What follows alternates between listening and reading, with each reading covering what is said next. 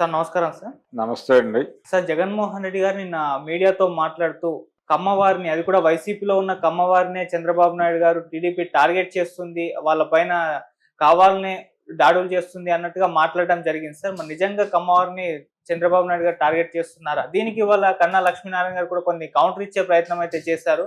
గతంలో నువ్వు అమరావతిలో ఉన్నప్పుడు ఇలానే చేసావు కదా, అమరావతిని లేకుండా చేసావు, అమరావతిలో ఉన్న కమ్మవాళ్ళని కూడా లేకుండా చేసావు, టార్గెట్ చేసావు అంటూ మాట్లాడడం జరిగింది. సో ఓవరాల్ గా ఇష్యూ ఏ విధంగా చూడొచ్చు అంటారు సార్? అంటే కన్నా లక్ష్మీనారాయణ గారు ఎక్కడి నుంచి వచ్చాడు? ఆయన కాంగ్రెస్ పార్టీ పాదులో నుంచి ప్రయాణం ప్రారంభించినోడే కదా. ఆ తర్వాత వైఎస్ రాజశేఖర రెడ్డి గారితో సాన్నిహిత్యం ఉండేది ఆయనకి. ఆయన రాజశేఖర రెడ్డి కేబినెట్ లో కూడా ఉన్నాడు. అంతకు ముందు కూడా ఆయన కాంగ్రెస్ పార్టీలో రకరకాలుగా ఆయన ఎదుగుదల వెనకాల వైఎస్ గారి ప్రమేయం ఉంది అనే విషయం ప్రపంచంలో అందరికీ తెలిసిన విషయమే. అలాగే జగన్మోహన్ రెడ్డి, వైఎస్ రాజశేఖర రెడ్డి చనిపోయినప్పుడు జగన్మోహన్ రెడ్డిని ముఖ్యమంత్రిని చేయమని ఒక సంతకాల సేకరణ కార్యక్రమం జరిగిందనే విషయం అందరికీ తెలుసు. అంటే ఆ రోజున ఎమ్మెల్యేలుగా ఉన్నవాళ్ళు, అలాగే మంత్రులుగా ఉన్న వాళ్ళల్లో చాలా మంది దాని మీద సంతకాలు పెట్టారు. ఆ సంతకాలు పెట్టిన వాళ్ళలో రఘువీరారెడ్డి, అంటే ఎవరికి వాళ్ళు ఇప్పుడు నేను లేను, నా దగ్గరికి నాకు తెలుసు, ఇలా రకరకాలుగా మారుతున్నారు. కానీ ఆ రోజున చాలా మంది సంతకాలు పెట్టారు. సంతకాలు పెట్టిన వాళ్ళలో కన్నా గారు కూడా ఉన్నాడనే విషయం అందరికీ తెలుసు. ఏది ఏమైనప్పటికీ తర్వాత జరిగినటువంటి పరిణామాలు, రాష్ట్ర విభజన, ఈ గందరగోళం, ఆయన రకరకాల ఆలోచనలతో భారతీయ జనతా పార్టీకి వెళ్ళాడు. భారతీయ జనతా పార్టీ నుంచి మళ్ళీ టీడీపీలోకి వచ్చాడు. ప్రస్తుతం టీడీపీ నుంచి ఎమ్మెల్యేగా ఉన్నాడు. అంటే ఆయన ఒరిజినల్గా పదకూరపాడు, కానీ మళ్ళీ ఇప్పుడు సత్తెనపల్లి అంబటి రాంబాబు మీద గెలిచినట్టున్నాడు మొన్న జరిగినటువంటి ఎన్నికల్లో. ఇప్పుడు ఆయన జగన్మోహన్ రెడ్డి మీద దాడి చేస్తున్నాడు. ఆయన కమ్మ సామాజిక వర్గానికి చెందిన నేత కాదు, కానీ అక్కడ ఆయన అంటే జగన్మోహన్ రెడ్డి గారు అన్న మాటల్లో తప్పేమిటి నాకు అర్థం కాలేదు. ఇప్పుడు ఆయన తెలుగుదేశం పార్టీ కమ్మవారందరూ మా పార్టీలోనే ఉండాలి అని అనుకుని అభిప్రాయంతో వ్యవహరిస్తోంది. ఆ కట్టు దాటినటువంటి కమ్మవారి మీద సీరియస్గా విరుచుకుపడుతోంది అనేది ఎస్టాబ్లిష్ చేయదలుచుకున్నాడు ఆయన. అంటే కట్టు దాటిన కమ్మవారిని కట్టడిలో పెట్టడం కోసం ఎటువంటి దాడి చేయడానికైనా చంద్రబాబు సిద్ధపడుతున్నాడు అనేది కొత్త పాయింట్గా ఆయన ఫీల్ అయ్యి ప్రపంచానికి చెప్పాలనుకుని మాట్లాడాడు జగన్మోహన్ రెడ్డి. అంటే పోసాని కృష్ణమురళి కమ్మ సామాజిక వర్గానికి చెందిన వ్యక్తే. వంశీ వల్లభనేని కమ్మ సామాజిక వర్గానికి చెందినవాడే. కొలంబో వెళ్ళిపోతూ అరెస్ట్ అయ్యాడని ప్రచారం జరుగుతున్న కొడాలి నాని కమ్మవారే. కాబట్టి ఈ 3 కేసులు ప్రధానంగా ప్రసంగించాలని అనుకున్నాడు ఆయన. నిజానికి ఆ రోజుల్లో కూడా ఈ మాట ఉండేది. అంటే కృష్ణా జిల్లాలో కీలకమైన కమ్మ నేతలు అందరూ వైసీపీలోనే ఉన్నారు అనే అభిప్రాయం కూడా చాలా మంది మాట్లాడేవాళ్ళు ఓపెన్ గానే. ఇప్పుడు వాళ్ళ మీద దాడులు జరుగుతున్నాయి. మిగిలిన వాళ్ళ మీద కేంద్రీకరణ తక్కువ ఉంది, వీళ్ళ మీద కేంద్రీకరణ ఎక్కువ ఉంది. అలాగే గుంటూరు జిల్లాలో కూడా కొంతమంది కమ్మ నాయకులు వైసీపీతో ట్రావెల్ అయ్యారు, తర్వాత వెళ్ళిపోయారు, తిరిగి టీడీపీలోకి వెళ్ళారు. ఈ ప్రయాణం ఉంది. ఈ ప్రయాణంలో నిజానికి జగన్ సీరియస్గా పిలిస్తే కన్నా కూడా వెళ్ళుండేవాడే ఆ రోజుల్లో. వెళ్ళని వారు పాపులు అన్నట్టుగానే తయారైంది. అంటే పార్టీ మారడానికి ఎటువంటి అభ్యంతరాలు లేనటువంటి నేతలే వీళ్ళందరూ. అయితే ఇప్పుడు ఆయన తెలుగుదేశం పార్టీలో ఉన్నాడు కాబట్టి తన పార్టీకి తన లాయల్టీని చాటుకోవటం అనేది ఆయన కనీస కర్తవ్యం. కాబట్టి ఆ కర్తవ్య నిర్వహణలో భాగంగా జగన్ మీద మాట్లాడాడు. అంటే జగన్ చెప్పిన దానిలో మా పార్టీతో ఉన్న వాళ్ళ మీద దాడులు జరుగుతున్నాయి, మా పార్టీలో వాళ్ళనే కాన్సన్ట్రేట్ చేస్తున్నారు, వాళ్ళనే టార్గెట్ చేయడం ద్వారా చంద్రబాబు ప్రపంచానికి ఇవ్వదలుచుకున్న సందేశం ఏమిటి అంటే, కమ్మవారు తెలుగుదేశం పార్టీ కట్టు దాటి వెడితే ప్రమాదం జరుగుతుంది, కాబట్టి కట్టులోనే ఉండండి అని వాళ్ళకి వాళ్ళు ఒక వార్నింగ్ ఇచ్చుకుని వితిన్ ది ఫ్రేమ్ వాళ్ళని వాళ్ళు కన్సాలిడేట్ చేసుకోవడానికి ప్రయత్నం చేస్తూ కట్టు దాటిన గొర్రెల్ని కట్టడి చేసే ప్రయత్నం చేస్తున్నారు. ఇప్పుడు ఈ గొర్రెలు కూడా తిరిగి కాంపౌండ్లోకి వెళ్ళిపోవాలి, ఘర్వాపసి కోరుకుంటున్నారు. ఆ ఘర్వాపసి ప్రోగ్రాంలో భాగంగానే ఈ దాడులు జరుగుతున్నాయని ఎస్టాబ్లిష్ చేయదలుచుకున్నాడు ఆయన. ఇప్పుడు అమరావతి మీద దాడి చేయటం, అలాగే ఇతర అంశాల మీద అప్పట్లోనే చర్చలు జరిగిపోయినాయి. ఇప్పుడు కొత్తగా కన్నా గారు చెప్పక్కర్లా. తెలుగుదేశం పార్టీకి చెందిన నాయకుల ఆర్థిక మూలాలు దెబ్బతీయటానికి ఒక ప్రయత్నం జరిగిన మాట వాస్తవమే. ఆయన రియల్ ఎస్టేట్, అమరావతి కేంద్రంగా మొదలైన రియల్ ఎస్టేట్ రాకెట్ మీద కన్నేశాడు. అది మాత్రమే కాదు, ఇతర వ్యాపారాలు కొంత ఇబ్బంది పడినాయి. ఇలా రకరకాలుగా చాలా చాలా సినిమా ఇండస్ట్రీకి సంబంధించి ఆయన టికెట్ల రేట్లు పెంచకపోవడానికి రీజన్ కూడా అక్కడ పెట్టుబడులు ఉన్నాయి, కమ్మవారి పెట్టుబడులు, కాబట్టి ఆ ఏరియాలో కూడా కన్నేశాడనే మాట కూడా విపరీతంగా మాట్లాడుకున్నారు కదా ప్రపంచం అంతా. కాబట్టి ఇది రకరకాల ఏరియాల్లో ఆయన దాడి చేశాడనేది కొత్త సమాచారం కాదు, కన్నా గారు చెప్తాం. అది పాత సమాచారమే కొత్తగా చెప్పే ప్రయత్నం చేస్తున్నాడు. ఓకే.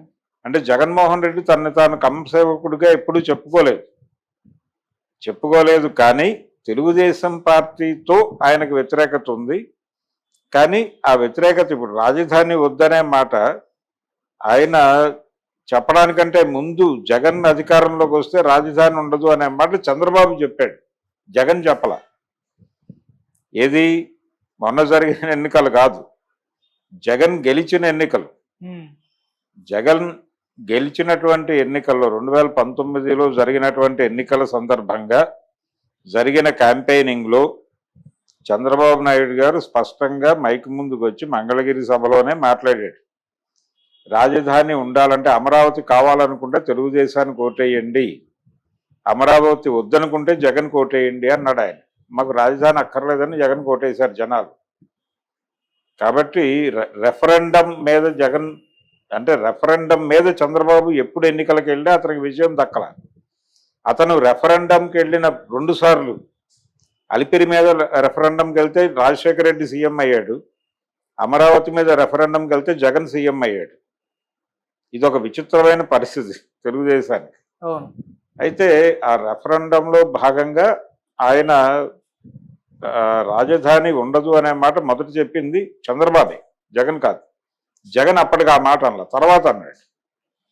తర్వాత ఈ వెసులుబాటు చూసుకుని నెమ్మదిగా తను ఆ ఏరియాలో డబ్బులు పెట్టడం ఇష్టం లేక, తన గొడవ ఏంటి అక్కడ డబ్బులు పెట్టదలుచుకోలేదు ఆయన, ఇతర వ్యాపారాలు చేస్తూ జనాలకు సంక్షేమ పథకాల పేరుతో డబ్బులు వేసేస్తే మిగిలిన యాక్టివిటీని ప్రపంచం పట్టించుకోదు, మన పని మనం చేసుకుందాం, మన ఓట్లు మనం కన్సాలిడేట్ చేసుకుందాం అని ఓట్ల కన్సాలిడేషన్కి ఒక ప్రోగ్రాము, తన పార్టీ ఈ కన్సాలిడేషన్ చేసుకోవడానికి కావలసిన డబ్బులు సమకూర్చుకోవడానికి ఇంకో కౌంటర్ ఓపెన్ చేశాడు.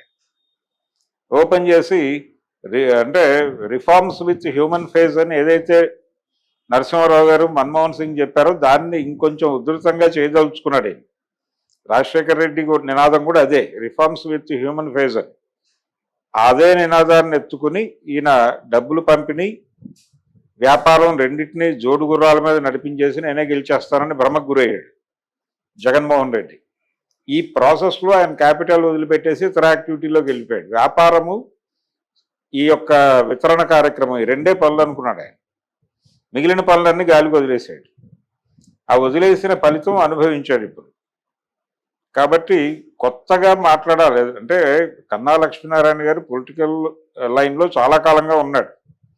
ఇప్పటికీ పాత విషయాలు కొత్తగా చెప్పడానికి తాపత్రయపడుతున్నాడు. కానీ అసలు జరిగిన దాని వెనకాలన్న సూత్రం ఏమిటి, చంద్రబాబు గారు చేస్తున్నది, జగన్మోహన్ రెడ్డి చేస్తున్నది వేరు కాదు, ఒకటే చేశారు. వారు ఏం చేశారు, వారే గురువు వీరికి. చంద్రబాబు నాయుడే గురువు వీరికే కాదు, వీరి తండ్రి గారికి కూడా వారే గురువు.